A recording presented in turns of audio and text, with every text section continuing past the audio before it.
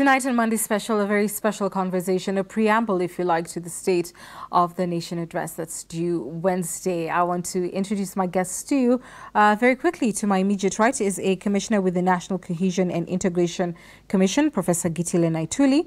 Next to him is Professor Macharia Munene, and to my left is Mark Bichachi. We'll be speaking on phone to Professor Micheni Ntiba shortly. But first, we want to start by taking note, of course, of the big handshake, if you like, and yesterday's developments when the Building Bridges team, a group of leaders, will be charting the way forward in terms of implementing this handshake, were unveiled. So we just want to run those names by you and give you a little bit of a brief of who they are and where they're from. And let's begin with Archbishop Zacchaeus Okoth of the Kisumu Diocese since 1978, and he's been a priest of that church since 1968. He hails from Kisumu County. Amos Wako, you will well remember, is a former Attorney General, and he's the first Senator for Busia County in Western Kenya since 2013. He is also from the Orange Democratic Movement. To Mohammed Yusuf Haji, now 77 years old, Kenyan politician, one-time Minister of Defense 2008 to 2013, has also served as Minister of Internal Security and Provincial Affairs, has served in the Senate of Kenya as well. He hails from Garissa County. To Major Retired John Sei of the Kenya Defence Forces, he's the current chairman of the Kalenjin Council of Elders. He's a career soldier. He hails from Elgeyo Marakwet. Maison Leshomo is a Kenyan politician of the Jubilee Party. She's a women representative for Samburu County. Dr. Adam Zolo, 51 years old, has a PhD in political science from the University of Delaware. He is a lecturer and political analyst. He was a political strategist for the ODM Secretariat ahead of the 2017 general elections. Hails from Siaya County. To Agnes Kavindu, she is from Machakos Counties, clinched the Jubilee ticket for Machakos Women Rep in the 2017 election. Dr. Florence Omose was a commissioner of the now defunct Commission for the Implementation of the Constitution that was headed by Charles Nyichaye. She hails from Gusii land. Professor Said Mwanguni, 60 years. He's a lecturer at Pwani University and, of course, hails from the Coast region. James Matundra is the chairman of the Gusii Council of Elders, hails from Kisii County. Bishop Lawi Matthew, 86 years old. He's a retired clergyman, hails from Meru. Morompi Oleronke is has served with Compassion International. He holds a PhD in journalism and communication. He is from Narok County. Bishop Peter Njenga is the first bishop retired of the Mount Kenya South Diocese of the Anglican Church, hails from Kiambu County. Rose Mumo is a politician and community worker. She's a current woman rep for Makueni County, serving her second term from the Wiper Democratic Movement. And so those are the names and faces. And remember, earlier in the bulletin, we reported to you that some leaders have opposed that particular list. Notwithstanding, gentlemen, I want us to get straight to it. And I suppose this list, in a way, is, if you like, the second big step. After shaking hands, now you have a team in place that is supposed to do the work. And in that respect, your thoughts on them? Well, I think, as you say, it is a step. Remember, last month, I think, Senator Wako complained.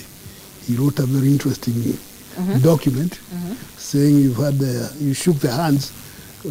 What are you doing? You want to see. So it is interesting that he has been included in the team, maybe because he complained. But it's a positive step. So what you have is really an agreement between two men as to how to move forward. And they appear to have been very careful as to who they pick, not to appear as if they are picking people from the same area. So scatter them around. So they essentially create the impression of the face of Kenya in the team. Now, they were not given a timeline, as far as I know. So they should be careful and do a good job, thorough analysis, and propose eventually, whether it's 2 years down the line or whatever. They'll just come up with some proposals. And then it's up to the Kenyans to discuss and debate what should be done. What should their priorities be? Yes, I think the team, I wouldn't say that is giving the impression that is the impression of a Kenyan face. I think it's a Kenyan face. And I want to believe that it has been very carefully selected because their priority really is to come with a good proposal that can make the electoral cycle in this country cease or stop being an emergency. This is the only country where an election is permanently an emergency. We must stop that. We cannot continue like that. So I think this is a good team because it has mature people in it. It has people also who are likely, who understand when the rain start beating as it were. So the proposal they will bring is only the proposals. I'm very sure that as a country now we can look at and solve this problem once for all. The problem of an election every time becoming an emergency when it's not supposed to be. It's a very simple thing of selecting leaders. But because our systems don't seem to be right, it is always almost permanently an emergency. So the president, the decision that he took is a good decision. And they need to be supported. Mark. You know, the reality of the Kenyan space is that we have a vision 2030, we just don't have a citizen 2030. We do not know which Kenyan you want to exist in 2030. And the Kenyan problem is Kenyans themselves. Because we've proven time beyond number that if you elect a new Kenyan to parliament, he behaves the same. Elect a new Kenyan to governorship, they behave the same. So what needs to happen is the re-engineering of the Kenyan society, the re-engineering of the identity of what it is to be Kenyan and what values and virtues we hold true. And therefore, one of the things that I'm most grateful for is this has not become an appointment position because there is no contract, there is no term. Two, it's not become a political thing because none of the people there are people who are running for the presidency. They're not people who any tribe will consider a threat.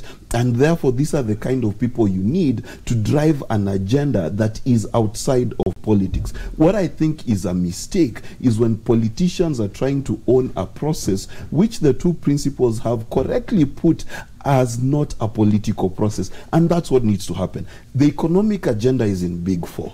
The political agenda is in Parliament and Senate and those places. We need a social agenda for once in this country, because if there's something we've proven that in this country you can build a very nice thicker road, but you'll still have the same foolishness of Kenyans running across 6 lanes and risking their lives because you've built a road, but you've not built the hearts and minds of Kenyans. And that job cannot be a JD job. It has to be a heart job.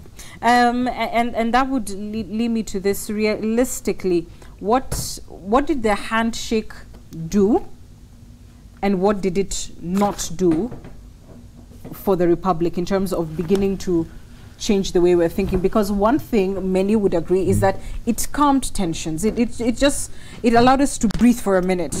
We're going to be okay. These two are talking. Maybe the rest of us can get around to talking. So in your own perspective, and when he talks about not just reimagining the state, but also the people who live in this state, our own issues, to what extent did the handshake get us there, and where are we yet to get? So the handshake was the first step in building confidence and trust. And it has done that to a very large extent. So the next is to move that trust in a higher level, because our biggest weakness as a country is we have not agreed what is not acceptable in this country. That we have not done. There was a very solid attempt to do that by introducing Article 10 in the Constitution, Chapter 6 on leadership and integrity, and Article 232. Those are attempts to make sure that we agree on what is not acceptable. But we have still not agreed on what is not acceptable. So what, and that's why I like the fact that they put national ethos as part of what this team must address. Because unless we can as a country agree on what we are not going to accept, if we don't agree that, we have a very long way to go. We will be in this morass for a very long time. And I think this is why I'm saying the thoughts that went into bringing the two leaders together, the president and the leader of the opposition, this is the best thing they have done for this country, in my opinion, in a very long time. Because not accepting that we had the problems, because we had plenty of this problem, is wrong. We had the problem. And sitting and waiting to solve these problems too late will create even bigger. So the idea of tackling this issue now in a non-political way is the best gift they could have given to the people of Kenya. Professor Macharia, what did the handshake do? What didn't it do? Well, first, we agree that it's here to lower the temperatures. And the businessmen are very happy because they are now doing business again. And the investors are feeling confident. So at least it lowered the temperatures, calmed the situation. People can now feel good. And those who do work can go and do work. The ministers who may not have been doing work can now go and do the work. So the general atmosphere in the country is very good. What it did not do is to allay future fears. We already have some people complaining that they were not involved in shaking hands. It has fragmented the opposition, what looked like an opposition, going by the name of NASA. It's fragmented completely. It never existed in the first place anyway. But we can see it is now in disarray, total disarray. Now, what the impact that will have... Some would argue it's doing the same thing on the Jubilee side. Well, he likes jumping up. No, that one has happened. There are also murmurs in the Jubilee camp because it was an agreement between two leaders. And it is these two leaders who have not convinced the others that they should be part of the team. How they do that is a very difficult thing because each of them wants to see his hand shaken and maybe have another team discussing these things. So they did not do that. But the move towards creating this committee now of fairly mature people, I think we can say that they are mature people, is positive. Now, it is for these mature people to convince other people that they are likely to do a good job. But Professor Gitile, just before Mark, you jump in, I mean, you sit at the Cohesion Commission, and one of the things the President is expected to tell the country about is that state of national unity, etc. And from where you sit coming out of the two elections, both each with its own drama, if you like, and now with the handshake, if I was to add, and what the handshake did not achieve for us, what for you is a very realistic view of what the state of cohesion is now post-handshake? I think post-handshake, the state of cohesion is very good. It is good because as a country, we have now the temperatures which were really very high, they are now down. The country has taken a beating, both economically and the international image, because of the prolonged period and the divisions that were emerging. And that now has been put to rest. Now we can solve up. We can discuss now things as a unit. But I want to disagree with my colleague here that the handshake split the opposition.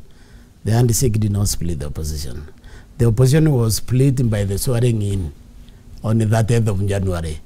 When the other principals failed to show up, that was the end of it. Okay. Raila inherited that group as a group, so he doesn't need them. He did not need them from that day.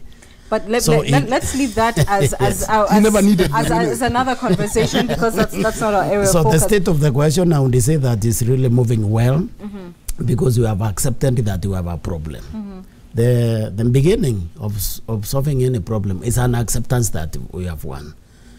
The handshake, that was an acceptance that we have a problem that needs to be addressed. That problem is now 50% solved. Do you think so? After that acceptance. Do you think that, Mark, and this is why I asked what did the handshake do and what didn't it do? Is there an assumption, do you think, by leaders that their own handshake results to, the rest of us shaking hands, that if they're good at the top, then that means that the rest of the country is 50% better? Whenever you engage in any social contract, it is never enforceable by law or by force.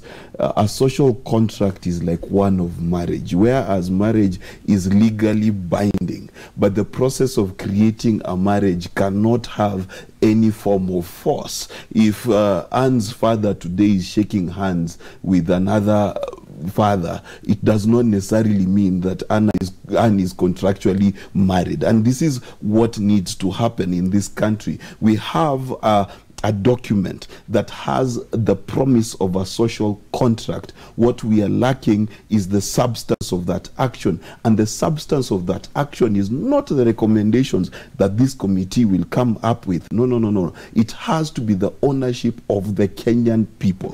The Kenyan people have to feel in of themselves that we as the Luo, we as the Kikuyu, we as the Kamba, we as the whoever have entered into a space where we are going to reach out to the other side and shake hands. Because one of the things that this handshake did that we need to emphasize is it brought to the fore that every person who'd taken a tribal stance, any politician who'd stood on a career of abusing and hiding behind the abuses against the other side, now stood naked before the country because there was no longer anything to fight. And that opportunity is what needs to materialize in the mind of every Kenyan if we are going to move forward. It cannot be and it cannot remain at the top. Every Kenyan must begin to own that process, one as an individual and as the tribal nations that we are. If that effort does not happen, we will be exercising the philosophy of the ostrich,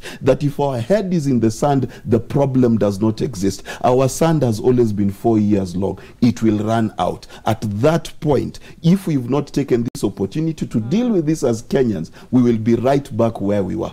And, Professor Mnene, I think in the period immediately, I think, after the election, and for a time, the president would often say, the election is over, now it's up to Kenyans to go out and reach out one to the other, etc. And I just wonder, I beg your pardon, in a very practical sense, post-handshake, and now with a team like this in place, how would they get people to that point? Because, as Mark, you have rightly put it, we do have a tradition of sweeping things under the carpet. Oh, they should cancel. And, you still have that look at your neighbor, but you've never really talked about, what is it going to take for everybody who's watching us at home to really, if you like, ventilate and deal with the emotions and the feelings post the election? Or are we perhaps even making it too much of a deal, and maybe people have processed this and frankly moved on? The two men have one thing in common.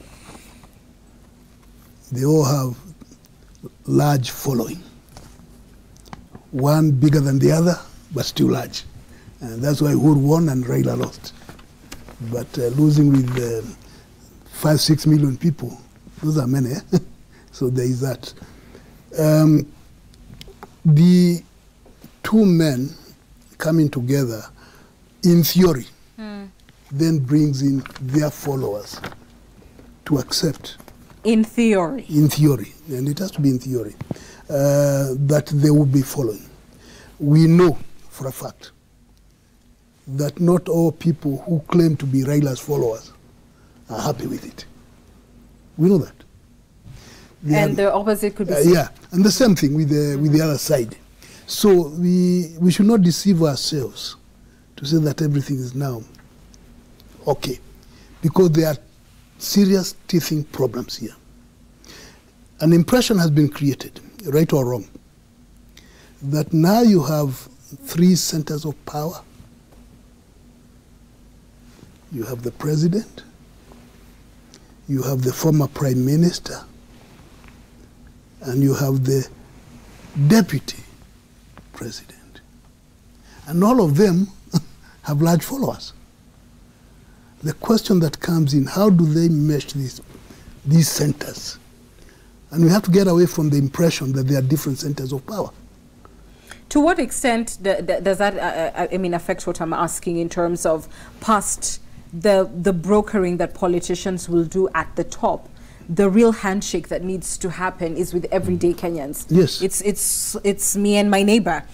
So, whereas I understand your point in terms of, the goodwill perhaps that supporters, would then take on from their leader and feel the need to extend it. In a very practical sense, Professor Gitele, what does it take? Because you sit at Cohesion. Yes. What does it take for people to bury the hatchet, as it were, to forgive and truly move on? And I really would like to move you and the country actually from that thinking. Our problem are elite-driven. Kenyan citizens, and this is the experience of the Commission because we have done a lot of research in the last 4 years. The Kenyans have no problem until their leaders come to divide them. There is no Kenyan in Nairobi, for example, who want to rent an apartment or buy a house, who goes to find out who else lives there. That means our level of trust among one another is extremely high. And that means we are closer to being a nation. So this is why I said when these leaders meet, 50% of our problem is over because they are the ones creating it for us. The ordinary Kenyan is a very peaceful Kenyan. The ordinary Kenyan has no issue with the other Kenyan. The issues are brought in by politicians down to us. So if these people can now agree to look at what creates this cyclical problem every election, they are now in the process of solving this problem for us. And this is why they need to be supported. Now, I also don't agree with the professor, my friend here, that there's 3 centers of power. The job of the president... Say the impression. The impression, yeah. The job of the president, you look at the constitution, is to put the country together. It's a symbol of national unity. And what he did by this action is to put that into practical, to illustrate that practically.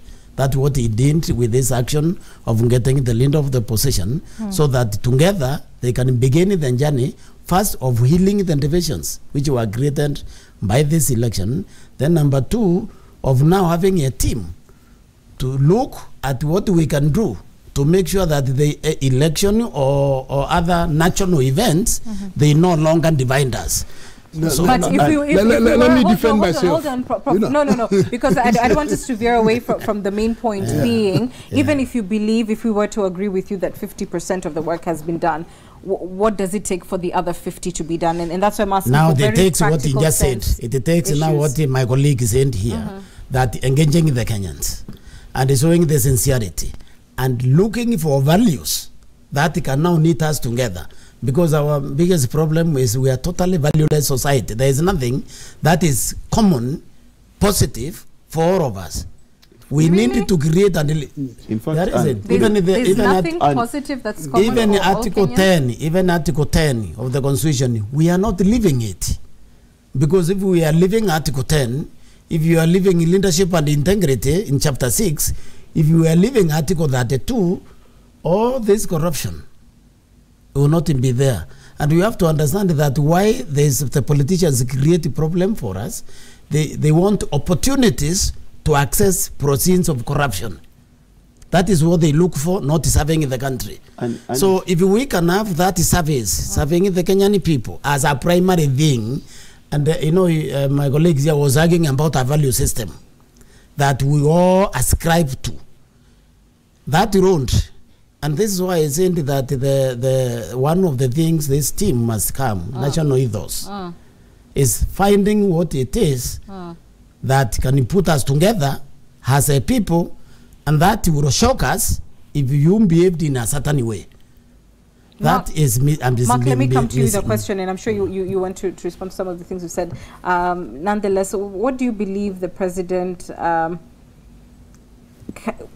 can confidently tell the nation on Wednesday regarding the state of our cohesion? I think the president tomorrow or the day after stands at a very good place. Number one, it's the first time he will do a state of the nation when he has no fear of opposition. Whoever is against him is so minuscule to be recognized, and therefore he stands at a place where for once he can talk as both the executive and as the state, because he is head of state and head of executive.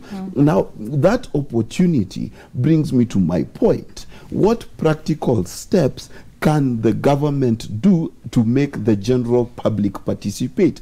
And it is very simple, basic ideas. Let Kenyans date. I talked about a social contract.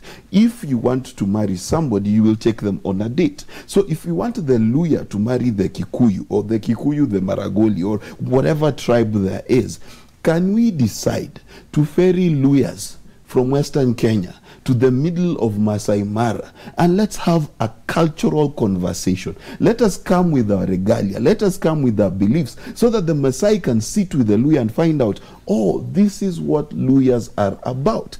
Every country that has ever resolved its issues, whether it's coming from war or divided nations like East and West Germany, what has always helped is conversations, not justice, not prison sentences, not anything else. It's always been conversations between aggressor and the perceived or person who's received offense. And when you do this, you're able to build an environment where we are having conversations. Today, as we speak, Professor, I'll have you know, there are people who can't marry their spouses because their husbands told them that tribe no. There are people who are afraid to move into Nairobi is fine, but there are people who are afraid to move into Kisii, move into Coast, move into all these places because of the tribal factor. Now, the reality of the matter is this, that unless Kenyans begin to have honest conversations, and we move Ramogi Night from Carnival and move it to Kiambu and nothing wrong happens, that's the day we are achieving cohesion. The day we are able to have Coast Night in the middle of Kisumu, that's the day change is happening, because that is the day we will be able to understand each other, and you cannot hate that which you understand. So national conversations. Yes, the president needs to create those opportunities. No, and I need to defend myself, you know. I never say that the constitutions, you see, the constitution is very clear. It does not talk about two centers or three. There is the presidency. I talked about the impression created, even the narratives that you listen to on a daily basis. They are wrong, and they should not be having, because they are more divisive than uniting. Now, the president will have this opportunity the day after tomorrow to address the country, as Mark says, without any substantive opposition. It also gives opportunity to those who have been appointed to positions of responsibilities to work. I think more people will be happy, they will unite, if CS Macharia builds more roads everywhere and people can see it. Okay? If another minister who is supposed to be delivering is seen to be delivering across the country. Now that's the way you bring up these things that we have. Let me also talk about something else. Our institutions have no problem. Even the laws we have. It's true. The problem we have is the attitude of the leaders. Thank you. We have not reached a point where people lose elections and agree they have lost elections. I mean, all these things we are having, it's got nothing to do with the institutions. It's got nothing to do with this tribe or that tribe. It is the fact, the attitude that our leaders have not reached a point where they believe the institutions they create.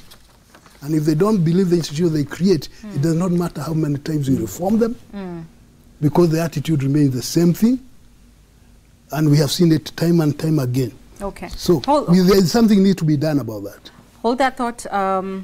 Prof, I want us to just quickly move to our second area of focus tonight as we talk about the state of the nation. And of course, we've been talking about cohesion, and I want to switch to the economy now. And of course, with Labor Day being tomorrow, just want to talk about the impact of our labor relations, our labor situation, and how that is impacting the economy. And joining us on phone right now is Professor Msheni Ntiba. He's the PS University Education and Research. Prof, or rather PS, good evening. Thank you for speaking to us this evening.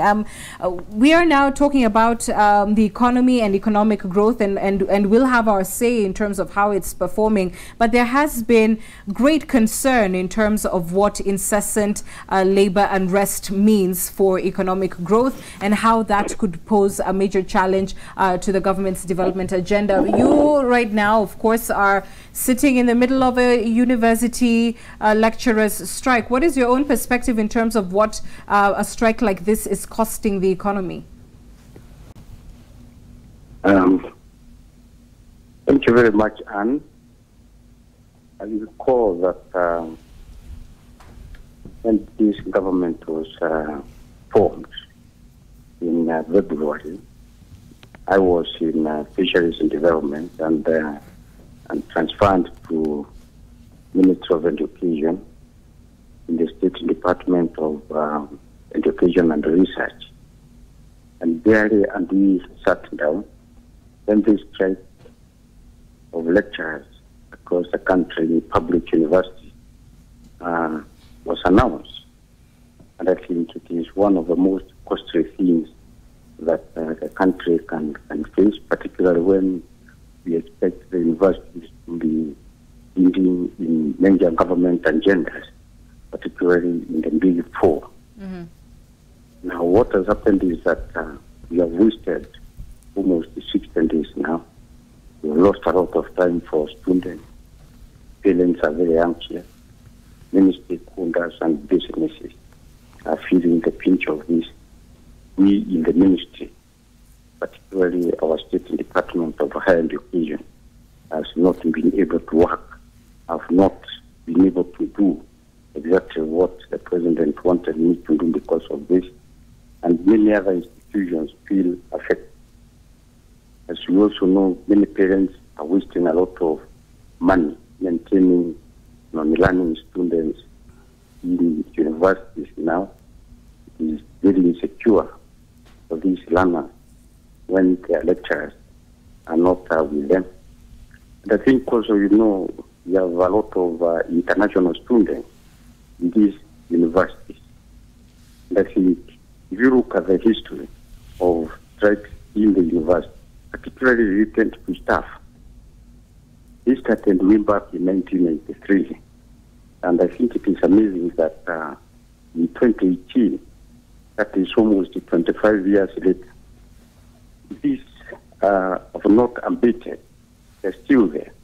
And I think that what we need now as a country, having been on strike for almost one human generation, I think we need a permanent solution to this, and that is what we have been looking at in the State Department. Thank you, PS. I know mine. Thank you, PS. I know mine.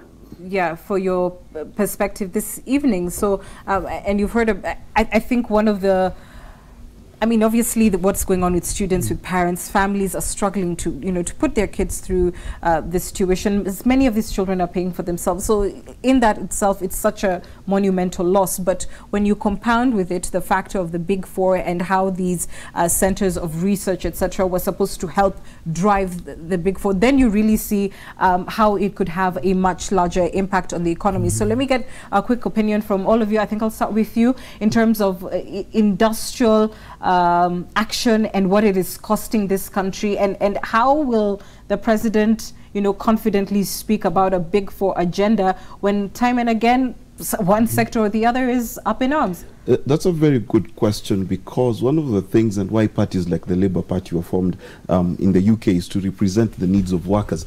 Now, what is lacking in our workers' mentality in this country is our fidelity to the state.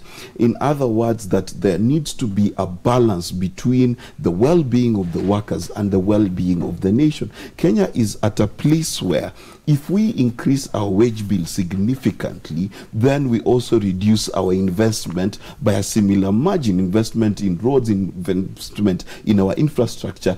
And the problem really is, in my view, that Kenyans have not bought into, and neither do they believe, that we actually have a plan that is headed somewhere.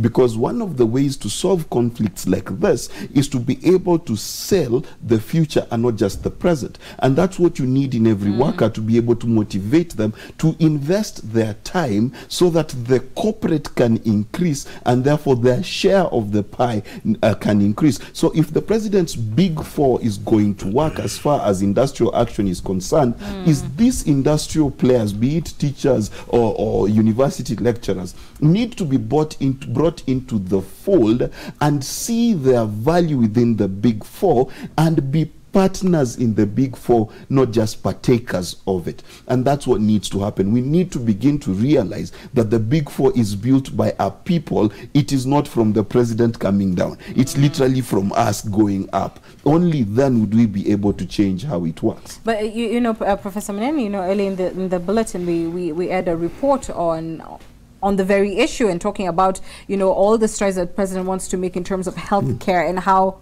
labor will be the major challenge. We just came from a strike that was over 100 days by doctors. And what will it take to bring stability to our labor movement in general, or to even just be able to amicably resolve some of these issues in a lesser period of time? When it takes well over 100 days to get people back to work, something is broken.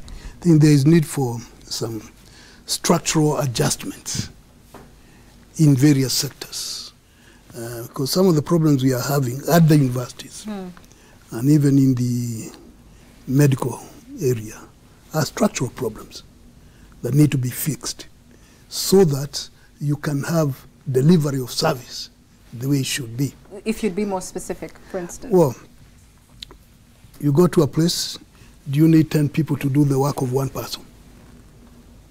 So these are structural problems in the institutions, which means that the people responsible are not responsible, yet they are there. And they continue doing the same bad thing day in, day out. We also need to think out what is it that the education is supposed to be for. Okay? Because there is this thinking that education is for you to be given a job by somebody. Whereas, in reality, it should be to empower the people to be able to look after themselves. And the question is, are we empowering the youth, the students, to be able to look after themselves? Or are we just giving them something to continue expecting a job from somebody? That's one thing. In the medical profession, I think we have a serious problem there. Our constitution made a mistake. A terrible mistake. Devolving the entire medical. It was a mistake. And we have to say it. Some aspects should have devolved, yes, the dispensary clinics and things. But there are some things that are so national. They cannot be county. And these, when we are looking at it, we change these things. So that I think that when the doctors were complaining, they had a point. We have instances, so we understand, where doctors are willing to work in some places, yet the county officials don't want them. Now, what kind of thing is that? If it's a national address, it's a national address. A doctor is needed in Machakos, in Marsabit, and the doctor is available. It's a national, all level 5 hospitals should be nationalized. Yes. All of them. And then we remove some of this problem. Okay, so there's structural changes that need to be They made. need to be looked at. Okay, but you know, tomorrow, of course, being Labor Day, we can expect that you're going to hear workers request more. And on one hand, you know, you cannot fault them given, you know, the state of our economy. The times are tough for very many families, and who I know for certain I wouldn't refuse an extra coin. Yes. Hi, boss.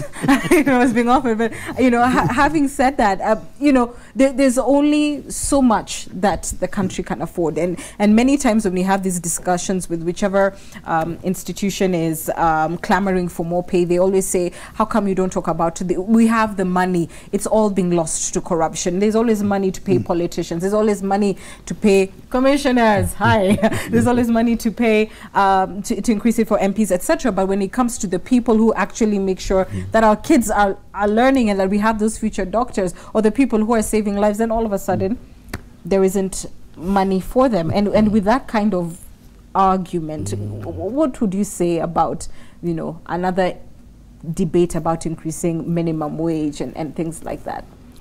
And let me say this. The country has enough resources to take care of its citizens who choose to serve the country. But I think we are a bit lazy, actually, as a country, in terms of in terms of programming, how we do it. Now, Professor said something here very important. What is the logic of allowing counties to duplicate the national government structures? You have a sub-chief, and then you have a village administrator. Where is the logic for that? So we have a problem. Look at the universities. The strike went this long. Why? Because the lecturers are negotiating with each other. Nobody want to propose a structure. You see this team which negotiated, the team of the vice chancellors, these are lecturers. You understand? I've not had a proposal to establish, for example, the equivalent of Teacher Service Commission for universities because they have become very many. Nobody is proposing that. So we are a bit lazy in making proposals. We are also not brave enough to confront the mistakes. It was a mistake to develop the healthy. Why can't we correct that by returning the health service to the national government? Because it is the only one that proved that it cannot do this department. The counties have proved that they are totally unable to deal with this situation. But we are still compounding the problem by continuing with it. What about minimum wage? So the minimum wage, in my opinion, if the structural problem can be addressed, which now exists, because even the way we structured the sharing of revenue, this is what we are doing. What should have happened? The money going to the county should have gone strictly to development, because the counties now have become employment in bureaus, expanding the space unnecessarily. So if we can correct this, the minimum wage can be addressed so that people can live decently, so that people can have decent life, because what we should look for our citizens is every one of them to be able to live decently. That can be done, but we must be willing as a country to confront the wrong decisions that we have made and correct them. Because I know, and I think I can say that on this television, I know governors are appointing people and advisors who have never been to the counties, but they earn a salary in Nairobi. Okay? That should have been denied them. The people they needed to run the counties should have been recruited by the Public Service Commission. That removes the idea of getting your political friends and political allies, so that you can have people in these counties who are seriously needed. The other thing is this wage bill is not what people say it is. It's not that high. Because the Kenya is 12%, 12.5. The president himself has said it's that. Well, yeah, because I get the president had to speak with the statistics being given by the expert. But look at it this way: the wage bill, the average for the developing countries is 12.5%. For the low-income countries is 70%. Ours is 9.5. No, ours is 12%. Okay. If you remove these structural deficiencies, you can reduce the thing to 6%. quick one, Anne. One of the problems that Kenya needs to quickly realize is you're only going to solve the working problem in this nation if you are innovative about jobs. Kenya is one of those weird countries where if you drop out at top class, you look for a job. Class 8, you look for a job. Form 4, you look for a job. Degree, you look for a job. Masters, you look for a job. And PhD, you look for a job. That's madness. Where we're all going to school to do. What needs to happen is we need to have innovative jobs. And number 2, we need to stop making public service look so beautiful. It is not good for governors to sit on golden chairs. It does not make sense, because then it stops being a public service. It becomes a public show. And that's the problem. The showmanship of civil service must end. You are a civil servant, not a civil Land Rover driver. That's what needs to change. When we make it less glamorous, then we have more innovative jobs, and that's how you change the dependence on government jobs and changes the idea of being a politician is the only way to be rich, so that thinking is frowned upon in this country. So if you think you can't be a politician, because in this country politics is almost about devoid of reason, and that's really what needs to happen, so that we can have thinkers in the public area innovating jobs instead of filling parliament and they don't talk for 5 years. Wow. So, just one more. Finally. I think on this wage bill and the economy, the crux is in the inflation, the cost of living. Because it doesn't matter how much the minimum keeps on rising if it still cannot buy. So what we need to do is to ensure that the cost of living goes down to an affordable. For instance, housing is out of reach, and you look at what people earn and what they're expected to pay in rent. There is no connection. So you have then the mushrooming of slums and things like that. So we need to find a way of making the money worth the goods. And right now there is a disconnect completely. We control the inflation, the cost of living, then we will not even be complaining much about minimum wage, because it will be sufficient. Right now it is not sufficient. Wow. And that's our time. I thank you all for coming to studio, and thank you to the PS Higher Education who spoke to us on phone. That's our time. Happy Labor Day, and of course keep it Citizen TV, because we'll have live coverage of special events regarding that tomorrow. I am Anne Kiguta. Have a wonderful evening. Thanks for watching, and good night. God bless.